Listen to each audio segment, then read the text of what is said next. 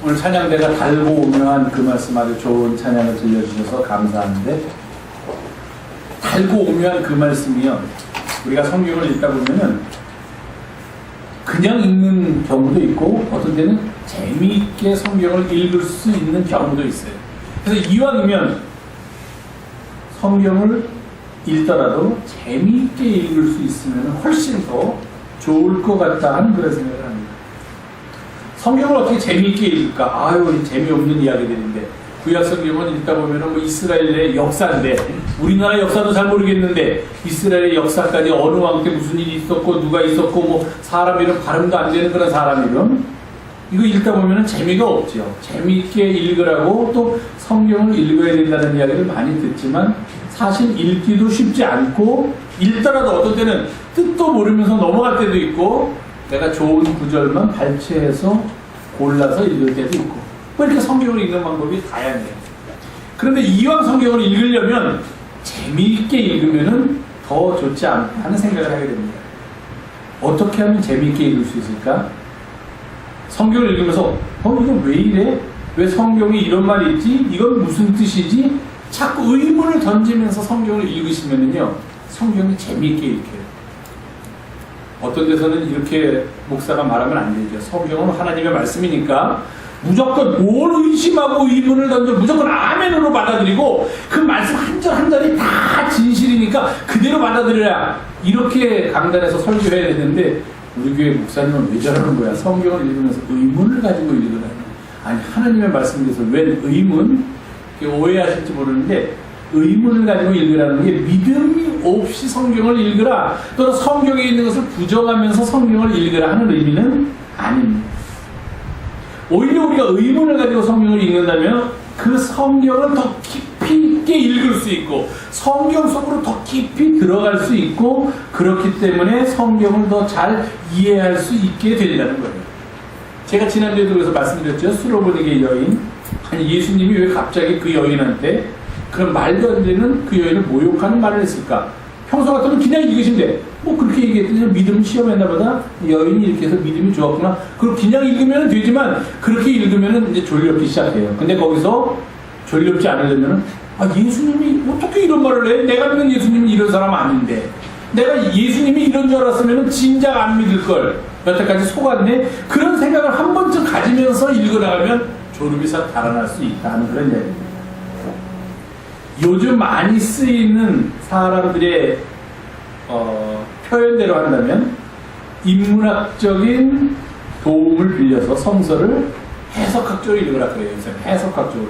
뭐 무슨 이야기인지 골치 아프니까 인문학의 도움을 빌리는 것도 잘 모르겠고 해석학적으로 읽는 것도 그 깊이를 잘 모르겠지만, 어쨌든 성서를 읽을 때 가끔씩은 그냥 넘어가지 말고 한 번쯤 이거 왜 이러지? 하고 생각하면서 읽으라는 거예요.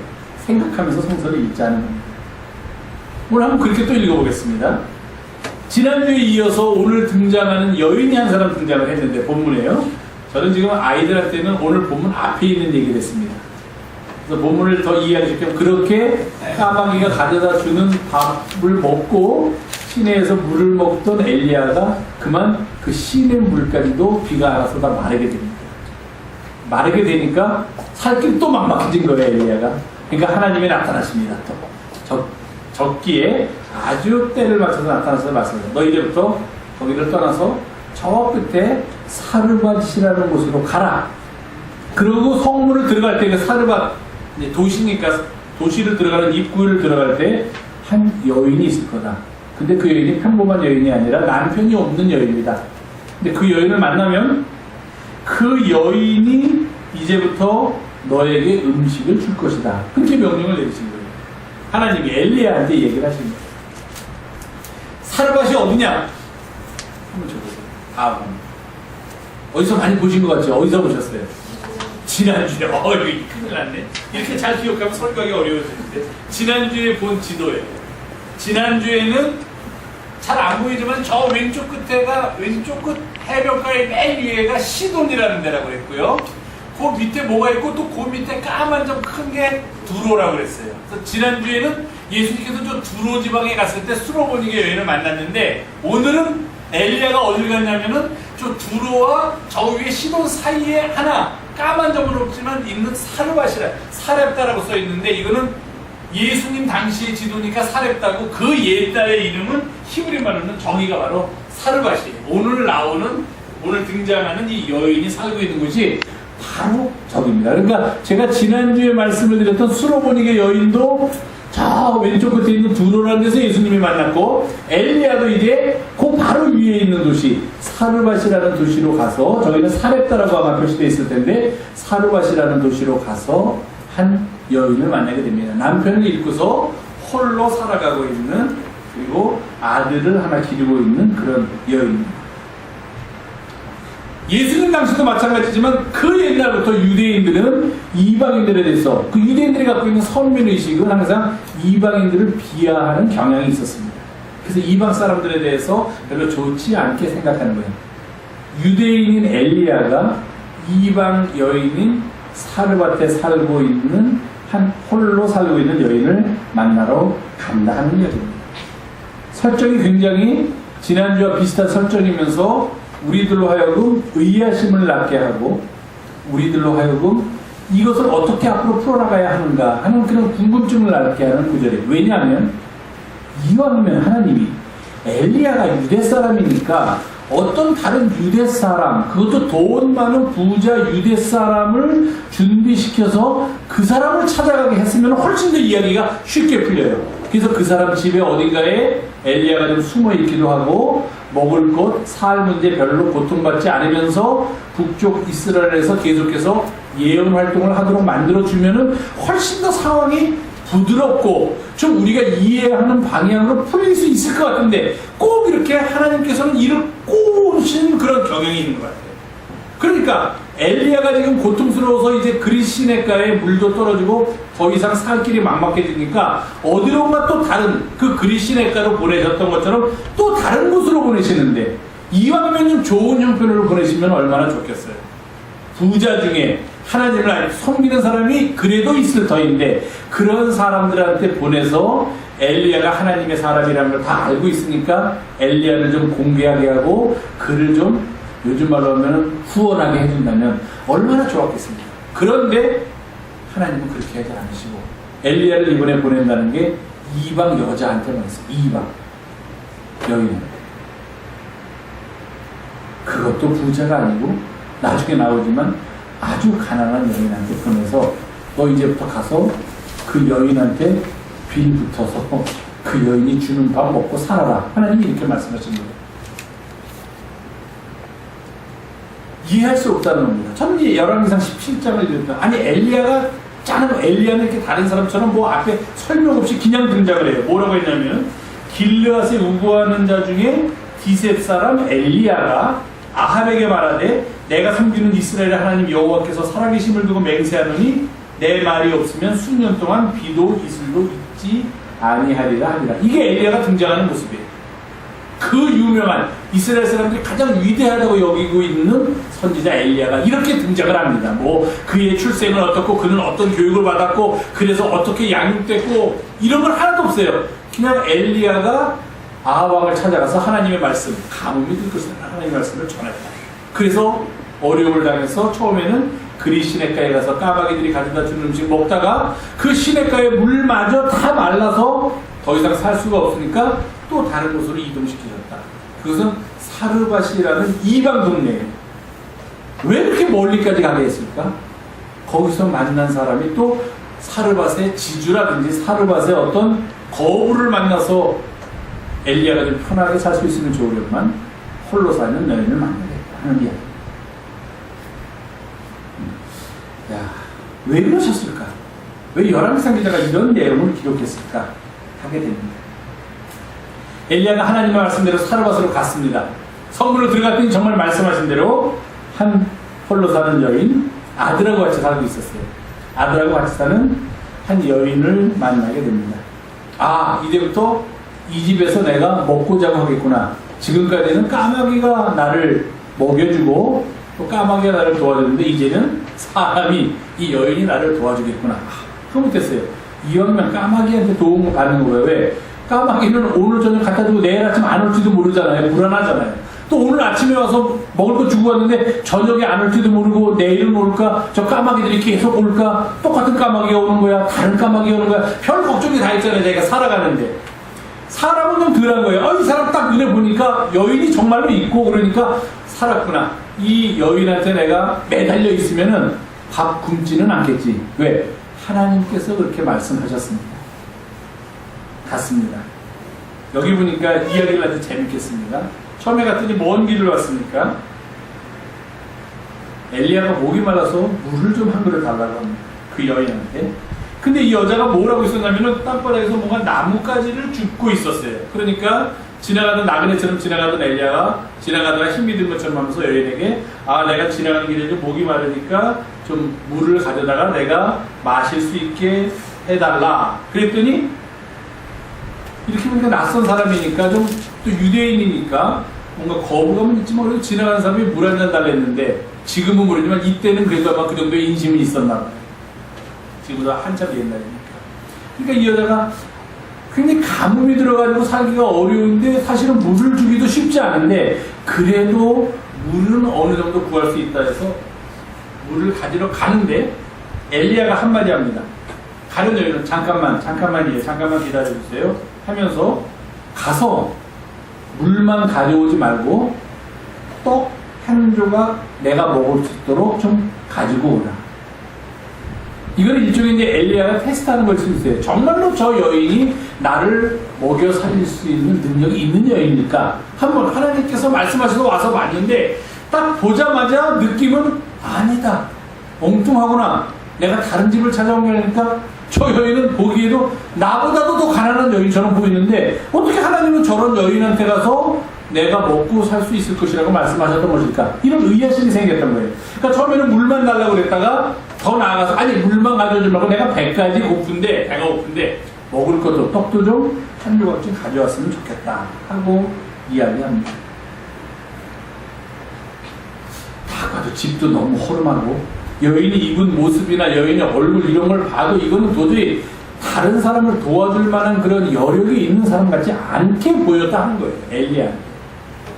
아니나 다를까 이 여인이 대답을 합니다. 떡? 웬 떡이요? 떡 같은 거 우리 집에 없습니다.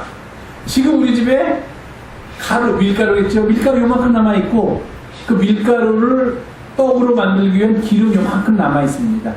내가 지금 뭐하고 있는지 모르시죠? 나 지금 여기서 나뭇가지 줍고 있습니다. 나뭇가지 2개만 주워다가 나뭇가지도 많이 필요 없어요. 왜? 만들 게 있어야지 나뭇가지가 많이 필요하지요. 재료가 없는데 나뭇가지 2개만 주워다가 돌아가서 그 밀가루, 그 가루를 기름으로 음식을 요리해서 나하고 내가 아들이 하나 있는데 아들하고 둘이서 만들어 먹고 지금 죽으려고 그것뿐이 더 이상 먹을 게 없으니까 그리고서 우리 아들하고 같이 끌어안고서 이제 먹을 거 없으면 우리 죽겠구나 그러고 죽으려고 내가 지금 마지막 음식을 준비하기 위해서 나뭇가지 땔감을 가지러 왔습니다. 그렇게 얘기를 하는 거예요. 엘리야가 아이고 이 집이 아니구나.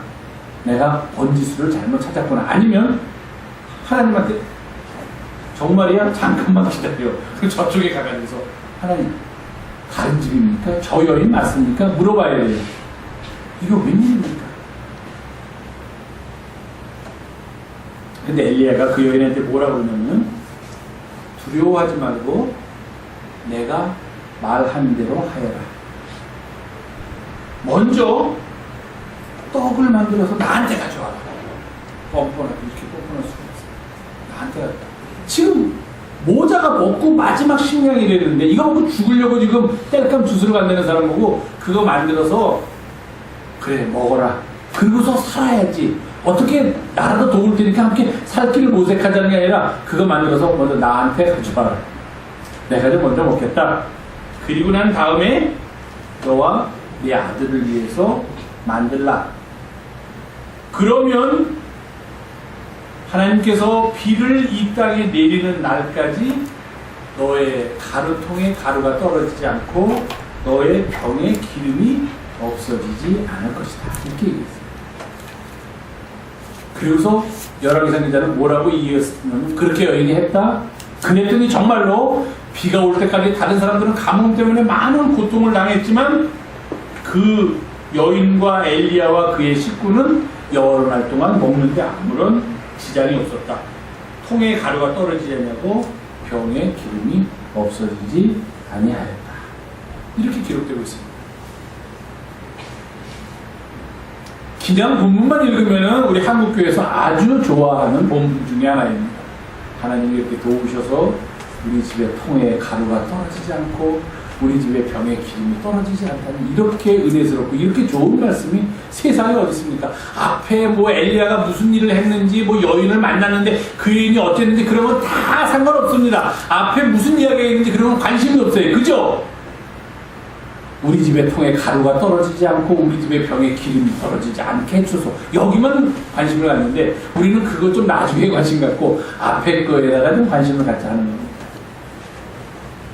하나님이 좀 이상하지 않아요? 엘리야를 왜 이런 여인한테 보냈을까? 이왕이면 좀 잘 사는 사람, 먹을 게 있는 사람, 어느 정도 재산이 있는 사람한테 보내야지만 이런 가뭄의 시기에도 견딜 수 있을 텐데 지금 땔감 주워서 자기 아들하고 둘이서 마지막 식사하고 죽겠다 하는 그런 비장한 여인한테는 왜 엘리야를 보냈을까? 아까는 제가 엘리야가 시냇가에서 시냇물이 다 떨어졌기 때문에 하나님께서 엘리야를 이 여인한테 보냈다라고 본문에 있는 대로 말씀을 드렸는데 더 깊이 생각해 보니까 아니다는 거예요. 자, 하나님께서 엘리야를 사르밧 여인에게 보내셨습니다. 누구를 위해서? 엘리야를 위해서. 인 것처럼 쓰여져 있는데 실제로는 누구를 위해서예요? 여인을 위해서.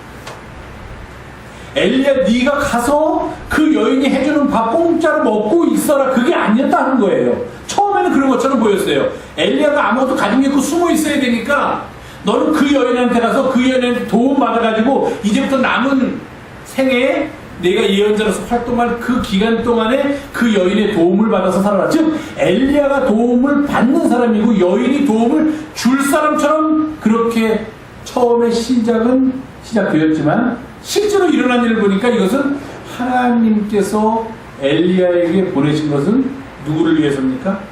엘리야를 위해서가 아니라 여인을 위해서. 그리고 엘리야의 태도도 저는 이걸 보면서 야, 엘리야가 참 어떤 사람인가 하는 그런 생각을 하게 되는데 그 이유는 뭡니까? 여인한테 물을 달라고 했다가 한 걸음 더 나아가서 먹을 것을 달라고 했다. 딱 보면 모르겠습니까? 지금 이 여인한테 내가 먹을 거를 달랠 형편인지 아닌지 지금 먹을 게 없어서 아들하고 둘이서 마지막 식사를 준비하러 가는 여인이면은 화장 곱게 하고 머리 곱게 빗고 비단 옷을 입고서 그러고 나가서 나뭇가지를 줍지는 않았을 거 아니에요. 지금까지도 먹고 살기 위해서 있던 거 없던 거 집에 있는 거 다 가사를 팔아서 지금까지 간신히 먹고 살고 와서 옷도 제대로 못 갖춰 입고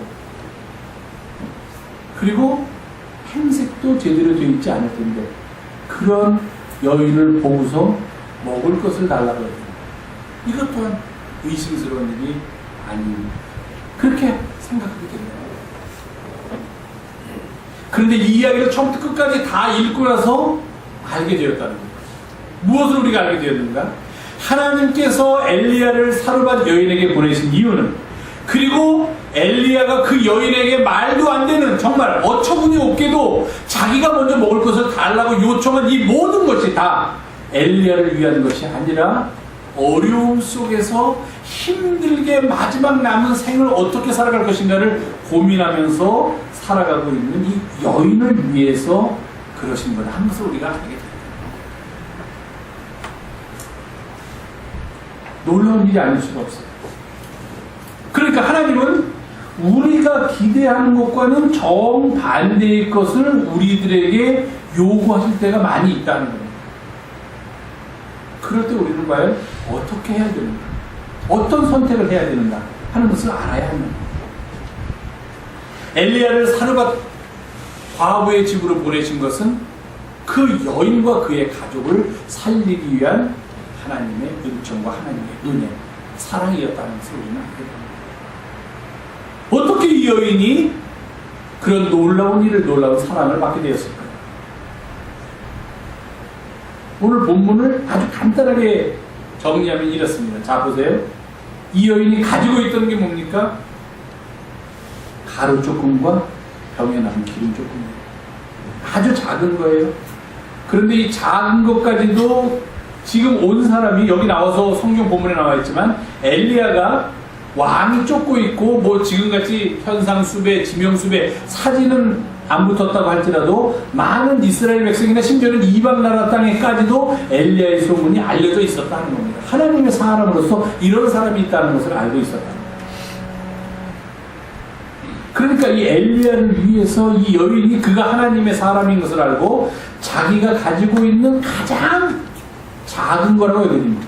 이거 한번 당신에게 들어봤자 무슨 소용이 있겠습니까? 지금 한번 먹고 나면 다 없어질 건데 하는 거는 가장 작은 것까지도 이 여인이 아끼지 않고 내놓았을 때 그의 가족과 엘리야까지 포함한 그의 모든 식솔들이 가뭄이 끝날 때까지 먹을 것 때문에, 먹거리 때문에 고통을 당하지 않는 그런 놀라운 은혜를 입게 되었다는 겁니다.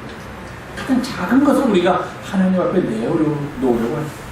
기억하시죠? 예수님께서 5,000명을 먹을 때 5,000명을 먹일 만한 그런 음식을 많은 사람들이 가지고 와서 먹었습니까? 아니죠. 성경은 우리들에게 이렇게 이야기합니다. 한 어린 소년이 어머니가 그에게 먹으라고 준비해준 보리떡 5개와 물고기 2마리가 있어서 그것을 예수님께 갖다 드렸을 때 그 많은 사람들이 먹고도 남는 놀라운 기적이라고. 가장 작은 것, 그것을 하나님께 드렸을 때, 아니 보리떡 5개와 물고기 2마리, 한 어린 아이의 한 끼 식사로서 그냥 만족할 만한 그런 것 아닙니까? 그것이 하나님께 드려졌을 때 그 많은 사람들이 먹고도 12광줄이나 남는 놀라운 기적의 역사가 일어날 수 있었다는 겁니다. 이 여인도 자기와 자기 아들이 먹고 이제 다음 끼니도 먹을 수 없는 그런 가장 작은 것이 남았지만 그것을 하나님의 사람을 위해서 준비했을 때, 그리고 하나님의 사람, 그가 하나님인 것으로 생각하며 그에게 드렸을 때 이런 놀라운 역사가 나타났다는 것을 알 수가 있습니다. 가장 작은 것을 드렸습니다. 사람들은 다 그래요. 아, 목사님, 제가 열심히 교회를 돕고 목사님을 돕고 신앙생활을 하고 싶은데 지금은 아닌 것 같습니다. 지금은 제가 뭐 가진 것도 없고 뭐 없으니까 지금은 아니고 제가 나중에 더 가진 게 많아지고 열심히 일해가지고서 아주 내가 부자가 되고 뭐 이렇게 되면은 그때 가서 내가 열심히 도와드리고 교회도 지어드리고 뭐 하겠습니다. 아직 교회 지어줄 사람이 한 사람도 없어요. 근데 그렇게 하시는 분들이 가끔 있는데 아니에요. 지금 내가 가진 게 가장 작다고 하더라도 그 가장 작은 것을 주님께 드릴 때 주님은 그것을 가장 기뻐하신다는 거예요. 그걸 통해서 역사하신다는 거예요. 그거를 불려서 어디 가서 불려서 10배, 100배 불려가지고 가지고 온 다음에 주님께 바치려고 하면요 못하더라고요. 왜냐? 내가 보기에는 충분히 이제 와서 할 만한데 그 사람은 아직도 모자랍니다. 아직도 작습니다. 더 커질 때까지 조금만 더 기다려 주십시오. 그래요. 제가 보기에는 충분한데 더 커졌어요? 또 이제 좀 때가 된 것 같아요. 목사님 아직도 작습니다. 아직도 작습니다.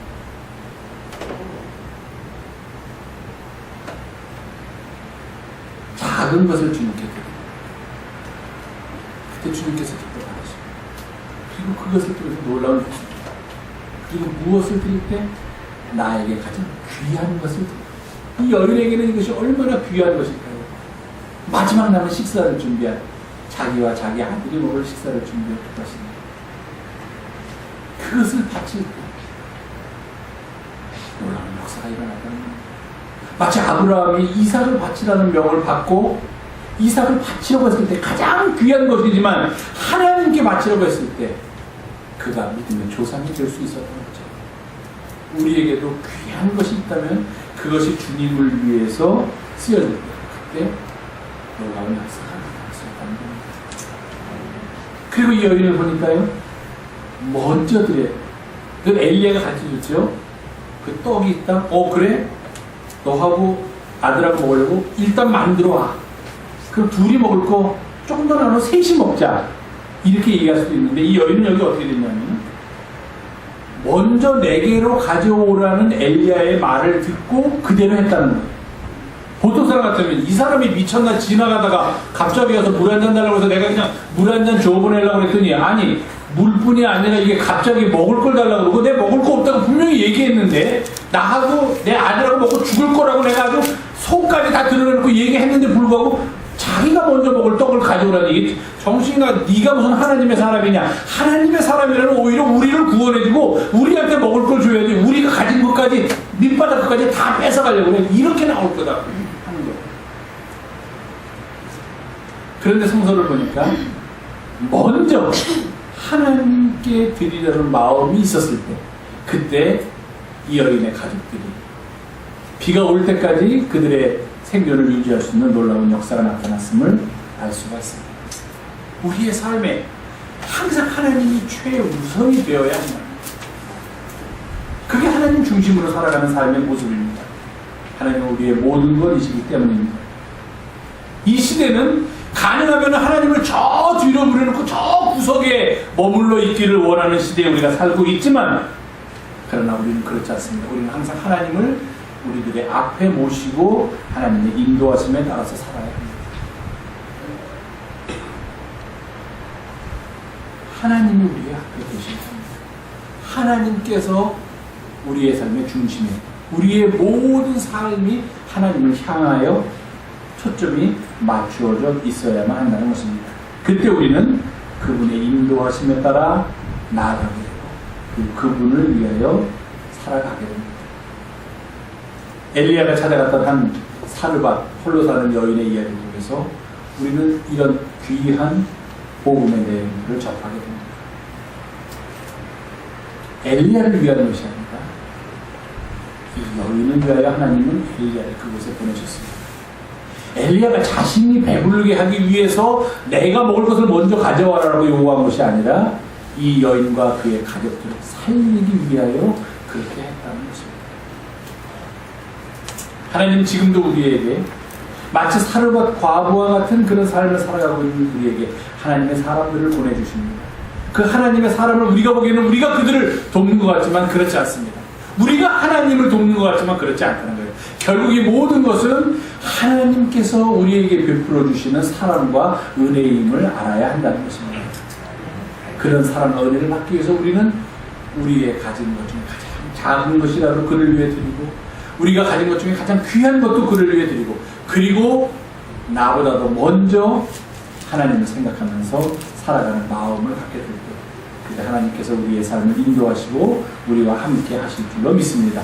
이런 믿음 갖고 무더운 여름철 날마다 승리하는 우리 영성의 가족들이 되기를 주님의 이름으로 부탁을 드립니다. 기도하겠습니다.